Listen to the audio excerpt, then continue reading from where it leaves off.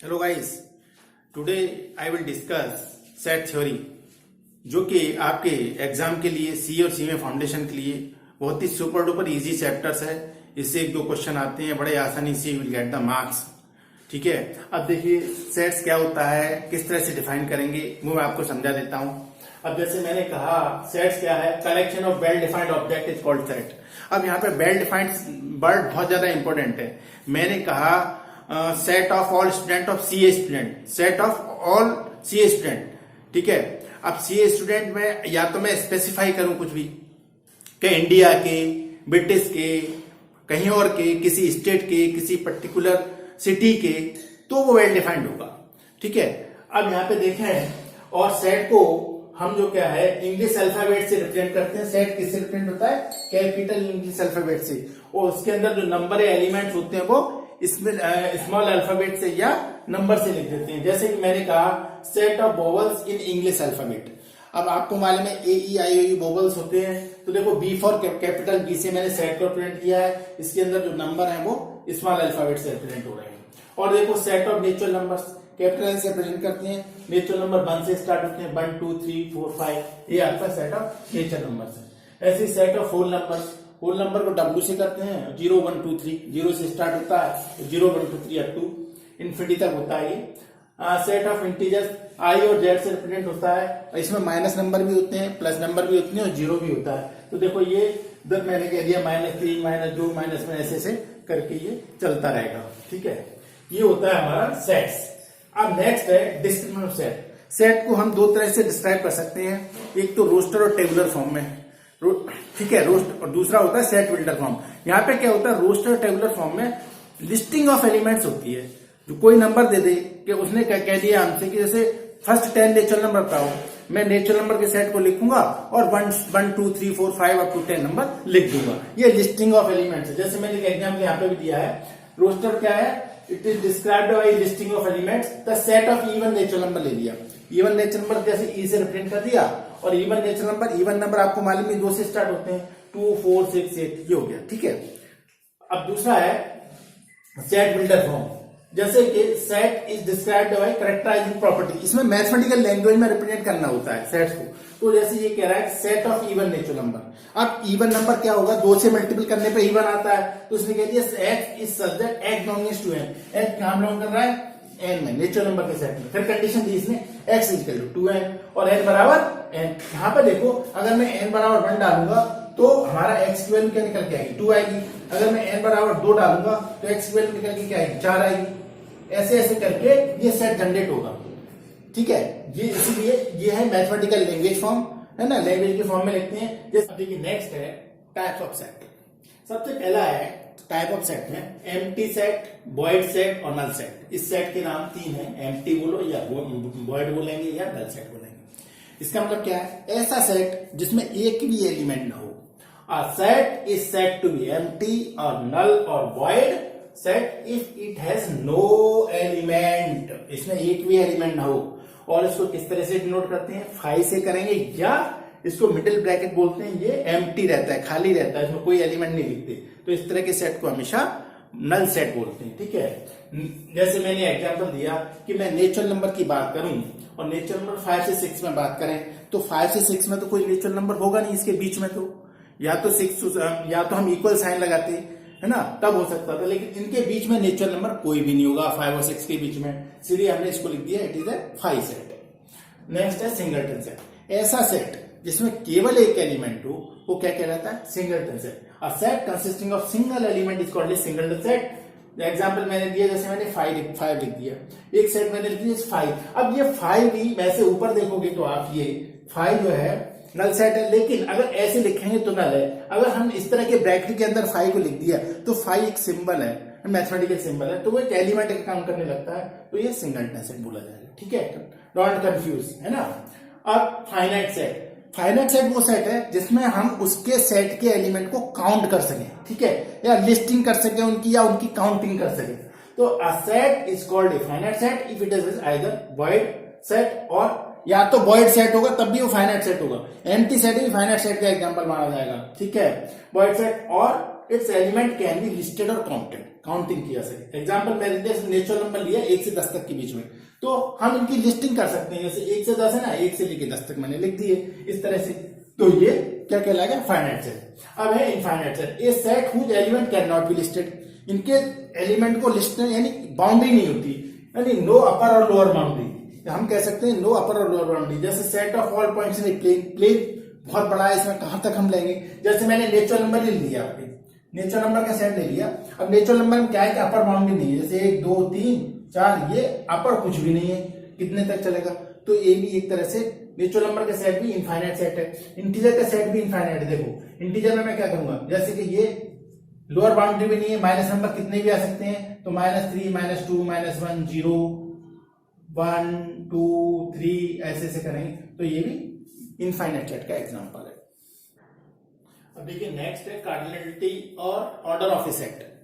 Cardinality का मतलब है कि सेट के अंदर जो एलिमेंट है उनकी काउंटिंग, ठीक है, वो होती है cardinality. The number of distinct element in A set is called cardinality और ऑर्डर ऑफ सेट। एलिमेंट जो काउंट है उसको हम कार्डिनलिटी बोलते हैं या सेट का ऑर्डर बोलते हैं। It is represented by NA, ठीक है। जैसे अगर सेट ए है तो उसमें N for number of element in set ए। अब जैसे इसने कहा है, एग्जाम्पल हमने दिया ए बराबर, हमने एलिमेंट ले लिए ABCD, तो इसमें NA कितना हुआ, इसमें कितने एलिमेंट है 4 है, तो NA कितना हो गया, इतना। और कई जगह इसने ऑर्डर को O से ऐसे भी लिख दिया है, OA order of A, order of set is equal to 4, ऐसे भी लिख सकते हैं, ठीक है। O से भी लिख सकते हैं, O फॉर ऑर्डर और N फॉर काउंटिंग, है ना, वो ऐसे या ऐसे कोई से भी लिख सकते हैं। तो अब देखिए इस तरह से हमने लिखा। नेक्स्ट है इक्विवेलेंट सेट। इक्विवेलेंट सेट क्या होता है? ऐसा सेट, इक्विवेलेंट सेट क्या है? ऐसा सेट जिसमें दोनों सेट में जो एलिमेंट की काउंटिंग हो इक्वल हो। Such type of set is called cardinality of equivalent set. Equivalent set two finite set A and B are set to be equivalent if NA बराबर NB, ठीक है। तो ऊपर वाला एग्जांपल मैंने दिया है, तो यही एग्जांपल आपको लग जाएगा इस वाले में, क्योंकि यहाँ पे देखो ABCD 4 एलिमेंट है, यहाँ पे A 1 2 3 4 एलिमेंट है, तो NA बराबर NB हो गया ना। तो इस ये वाला सेट जो एग्जांपल है ये सटीक बैठता है किसके लिए? इक्विवेलेंट सेट के लिए। अब नेक्स्ट है इक्वल सेट। देखो बेसिक डिफरेंस क्या होता है इक्विवेलेंट सेट और इक्वल सेट में? बेसिक डिफरेंस ये होता है कि इक्विवेलेंट सेट में क्या होता है कि सेट की जो एलिमेंटों की काउंटिंग सेम हो, हमें बस इतना ही मतलब है। लेकिन इक्वल सेट में हमें दोनों मतलब है, काउंटिंग भी सेम होनी चाहिए, इक्वल आनी चाहिए, और सेट के जो एलिमेंट हैं वो भी सेम होने चाहिए। उनके ऑर्डर दर हो सकते हैं, ठीक है। अब देखो इक्वल सेट में two set A and B are set to be equal set if they have same element. ये सेम एलिमेंट होनी चाहिए और साथ में इनके जो काउंट है, कार्डिनलिटी है दोनों सेट की इक्वल होनी चाहिए। जैसे मैंने एग्जांपल दिया A इज इक्वल टू इतना, तो यहाँ पे NA कितना आ गया, मैं लिखूंगा NA बराबर 3 आ गया, और NB कितना आ गया, NB भी 3 आ गया, ठीक है जी। तो एक कंडीशन है। दूसरी है कि इसमें XYZ एलिमेंट है, इसमें ZYX एलिमेंट है, तो एलिमेंट तो दोनों के इसमें XYZ ही है, तो सेम एलिमेंट हो गए। तो ये इनके ऑर्डर, इनके लिखने की जो क्रम है, ऑर्डर है, वो चेंज हो सकता है, ठीक है। तो ये इक्वल सेट कहलाएगा इस तरह का। अब नेक्स्ट है सबसेट। सब का मतलब होता है उतना या उससे कुछ कम, सब का मतलब है।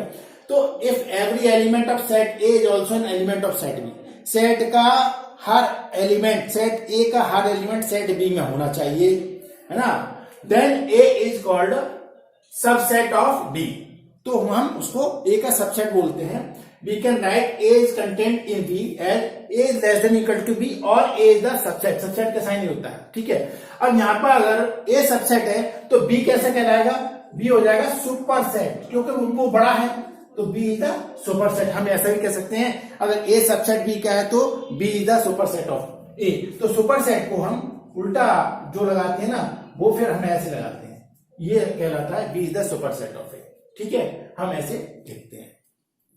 अब देखिए नेक्स्ट है सबसेट की कुछ प्रॉपर्टीज हैं इंपोर्टेंट, वो आपको पता होना चाहिए। पहली है every set is a subset of itself. Her set अपने आप का सबसेट होता है, ठीक है, ये पॉइंट याद होना चाहिए। जैसे मैंने 1 2 3 दिया, तो 1 2 3 सेट भी अपने आप का सबसेट है। दूसरा empty set is a subset of every set, यानी जब सबसेट निकालेंगे किसी भी सेट का तो उसमें एम्प्टी सेट आना ही आना है, यानी इसका मतलब empty set is a subset of every set. तीसरा पॉइंट बहुत इंपॉर्टेंट है, total number of subset of a finite set containing an element is 2 पे पावर n। किसी भी सेट में जितने एलिमेंट होंगे तो टोटल नंबर ऑफ सबसेट कितनी आती है उसमें 2 पे पावर n। अभी मैं बताने वाला हूं, जैसे कि अभी मैं आगे डिफाइन करने वाला हूं पावर सेट, तो उसमें ये सारी चीजें और क्लियर होंगी कैसे आए 2 पे पावर n। नेक्स्ट है पावर सेट। पावर सेट क्या है? ए कोई सेट है, देन द कलेक्शन और फैमिली ऑफ ऑल सबसेट, सारे सबसेट को अगर कलेक्ट करें तो वो कहलाता है power set. Is called the power set of A and is denoted by PA. ये है PA, power set of A. ठीक, अब जैसे अब आपको क्लियर करता हूं मैं पॉइंट। जैसे ए कोई सेट है 1 2 3, इसमें 3 एलिमेंट है, तो इसका पावर सेट लिखना है।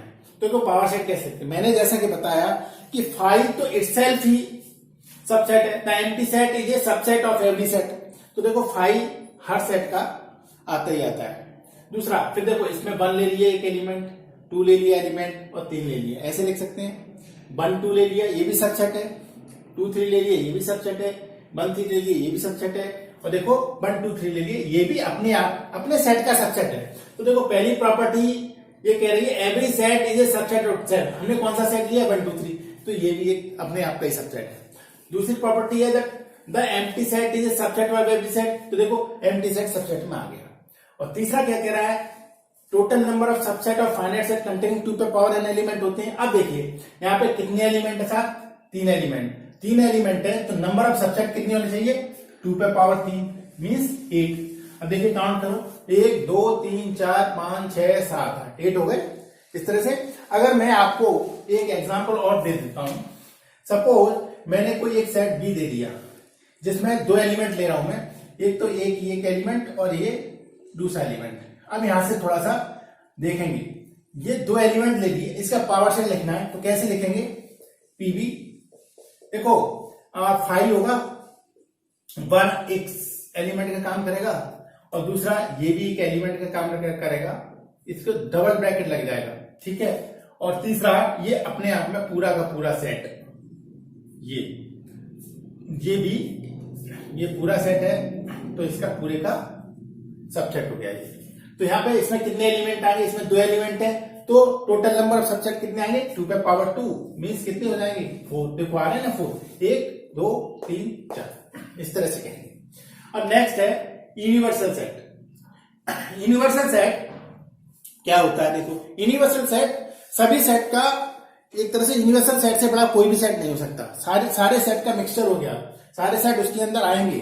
तो if all the set under particular consideration are subset of a fix set S, then set S is called universal set. Universal set को रिप्रेजेंट किससे करते हैं? यू से रिप्रेजेंट करते हैं। एग्जाम्पल इस हमने दिया है, the set of all the stars in the sky is an universal set. Sky में जो स्टार्स है उनका कलेक्शन करा जाए तो यूनिवर्सल सेट है, उससे बड़ा कोई सेट नहीं होता। जैसे कि अपन ईयर का एग्जांपल दे सकते हैं कि अपने सिर में इतने ईयर्स हैं, तो वो भी एक तरह से यूनिवर्सल सेट का ही काम करता है। असंख्य होते हैं, अनकाउंटेबल होते हैं, ठीक है। तो ये सारे एग्जांपल यूनिवर्सल सेट के हैं। देखिए union of set, union of set में क्या है? हमने 2 सेट ले लिए, let A and B B 2 sets, the union of A and B is the set. अब देखो ये क्या है? Set of all those element which belong to either A और बी और बोथ ए बी, या तो ए में हो या बी में हो या दोनों में हो, यानी सारे कॉम्बिनेशन जो हुआ ए और बी का, मतलब ये है कि ए और बी के सारे एलिमेंट लेने हैं हमें, लेकिन एलिमेंट्स का रिपीटेशन नहीं होना चाहिए, बस मेन बात ये है। तो हम वेन डायग्राम से इस तरह से रिप्रेजेंट करेंगे, ये हमारा सेट ये है, ये हमारा सेट बी है, तो ए यूनियन बी पूरा का पूरा, ये पूरा है, ये कहलाएगा ए यूनियन बी। ठीक है, ये यूनिवर्सल सेट है। तो अब जैसे ए यूनियन बी में क्या है? सबसे खास पॉइंट क्या है यूनियन में? यूनियन में और वर्ड यूज होता है। हम लिखेंगे x such that x belonging to A और एक्स बिलोंगिंग टू बी। अब एग्जांपल देखो, सेट ए दे रखा है 1 2 3 और सेट बी दे रखा है 1 3 5 7। तो जैसा कि मैंने कहा कि दोनों सेट के एलिमेंट लेने, लेकिन मेन बात क्या है कि repetition of element should not be there. तो अब यहां देखो 1 ले लेंगे, 1 2 ले लेंगे, 3 ले लेंगे, है ना, 5 ले लेंगे और 7 ले लेंगे, ये हमारा ए यूनियन बी हो जाएगा। ठीक है, अब नेक्स्ट क्वेश्चन देखो, अब इसमें 3 का दे रखा है, तो सबसे पहले हम क्या करेंगे? जैसे ए बी सी निकालना है तो हम क्या करेंगे? कोई 2 निकाल लेते हैं, जैसे मैं पहले बी यूनियन सी यहां निकाल के दिखा दूंगा आपको। B union C, B union C क्या होगा, देखो 3 5 है, 4 7 8 है, तो देखो इन सब में सारे एलिमेंट लेने पड़ेंगे, रिपीटेशन कुछ नहीं हो रहा, तो ये हो जाएगा 3 5 4 7 और 8। ठीक है, अब इसका मेरे को करना पड़ेगा इस सेट का ए के साथ यूनियन फिर से करना पड़ेगा। तो देखो ए क्या है, ए है 1 2 3 और ये पूरा निकल के आ गया 3 5 4 7 8। अब यूनियन चूंकि निकालना है तो सारे एलिमेंट चाहिए, तो 1 आएगा, 2 आएगा, 3 आएगा। देखो 3 यहाँ पे भी है, देखो मैं कलम से लिख दूं कोई फर्क नहीं पड़ता, ये 4 आ जाएगा, ये 5 आ जाएगा, 7 आ जाएगा, 8 आ जाएगा, ये हमारा यूनियन हो गया, ए यूनियन। ठीक, अब नेक्स्ट है इंटरसेक्शन। इंटरसेक्शन में and word will be used in the intersection. Intersection में क्या है कि दोनों का कॉमन लेना पड़ेगा। जैसे सेट ये है ए, सेट बी ये है, तो दोनों का जो कॉमन है वो ये वाला पोर्शन है, तो इसको बोलेंगे इंटरसेक्शन बी। और इंटरसेक्शन में इस तरह के साइन से रिप्रेजेंट करते हैं। और यहाँ पे एंड वर्ड यूज होता है, let A and B be two sets, the intersection of A and B is the set of all those element which belong to, दोनों में which belong to both A and B and denoted by A intersection B. लिखते हैं x such that x belonging to a and, इसमें and word use होता है, and x belongs to b, उसमें और word use हो रहा था, इसमें एंड वर्ड यूज हो रहा है। ठीक है, एग्जांपल देखिए, हमने दे रखा है 1 2 3 4 5 6, बी में दे रखा है इतना, यानी इसमें इसका कॉमन एलिमेंट चाहिए। अब देखो एक यहां पर है, एक यहां पर है, ले लेंगे।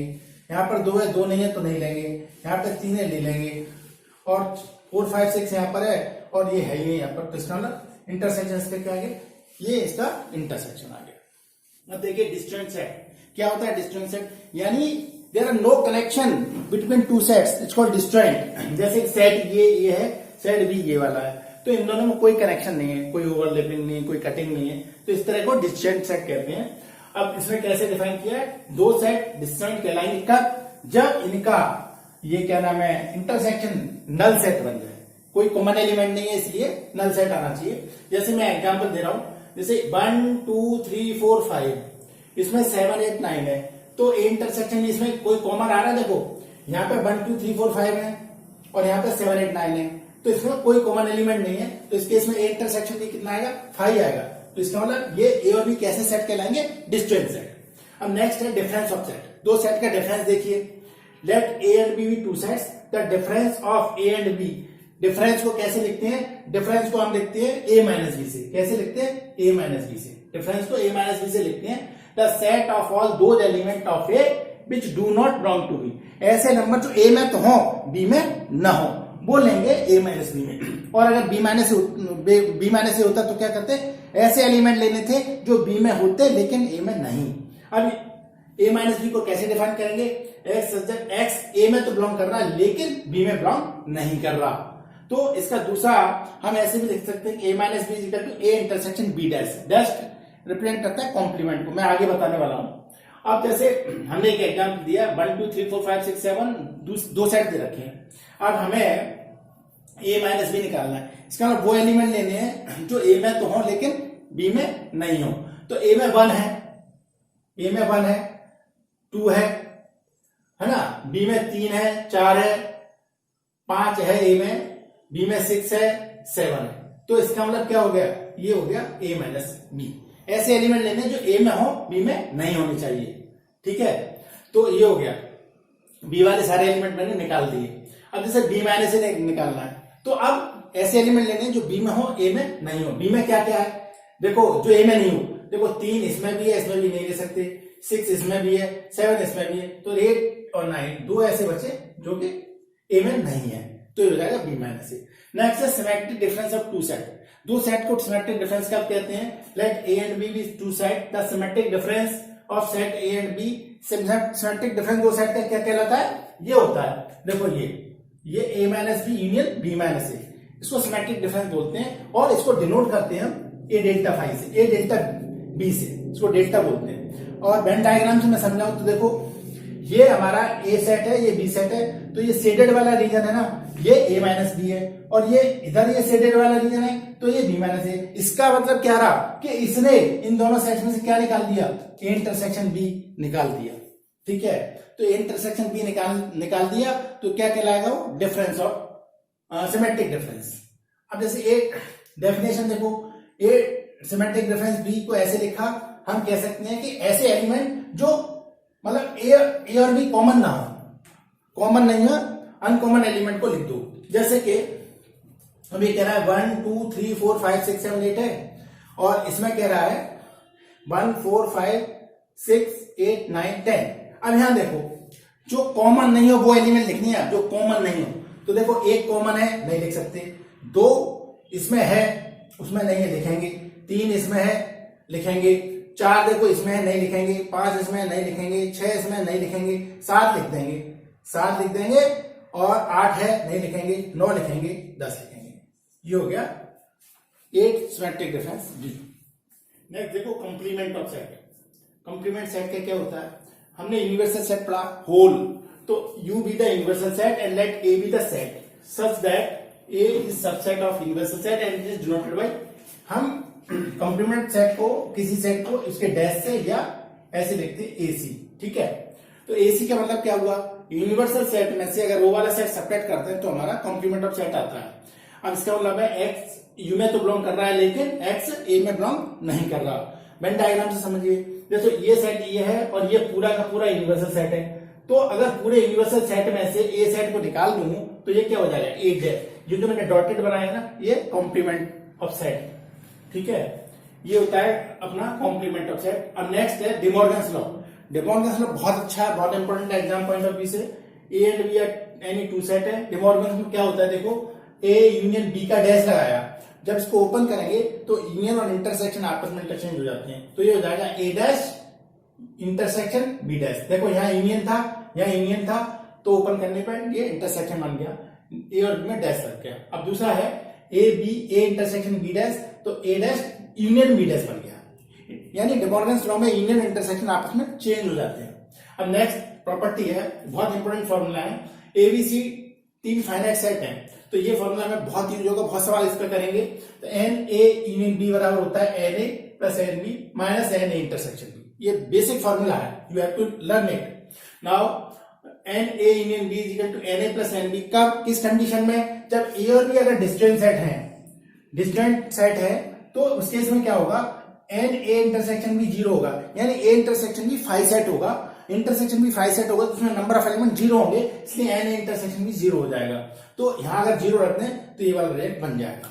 अब देखो एन ए माइनस बी पूछा है उसने, जो ए में है बी में नहीं है, तो एन ए में से उनके इंटरसेक्शन सब्ट्रैक्ट कर देंगे, ऐसे एन बी माइनस ए तो बी में से इनके इंटरसेक्शन सब्ट्रैक्ट कर देंगे। अब 3 वाला है, देखो N A union B union C है, इसका formula N A plus N B plus N C minus N A intersection B minus N B intersection C minus C intersection A plus N A intersection B intersection C. ये सारे basic concept थे जो मैंने आपको दिए हैं। तो friends, अगर आपको वीडियो पसंद आया है तो वीडियो को लाइक करें और आप अपने कमेंट मुझे अवश्य दें, जिससे मुझे पता चले कि इसमें क्या कमी है, इससे मैं फर्दर इसको इंप्रूव कर पाए। और जिन फ्रेंड्स ने चैनल को पहली बार देख रहे हैं, अब तक सब्सक्राइब नहीं किया है, चैनल को सब्सक्राइब करें और बेल आइकन को प्रेस करें, जिससे मेरे वीडियो का नोटिफिकेशन आपके पास तुरंत पहुंचे, वीडियो जल्दी से जल्दी आप तक पहुंच सके। Thank you.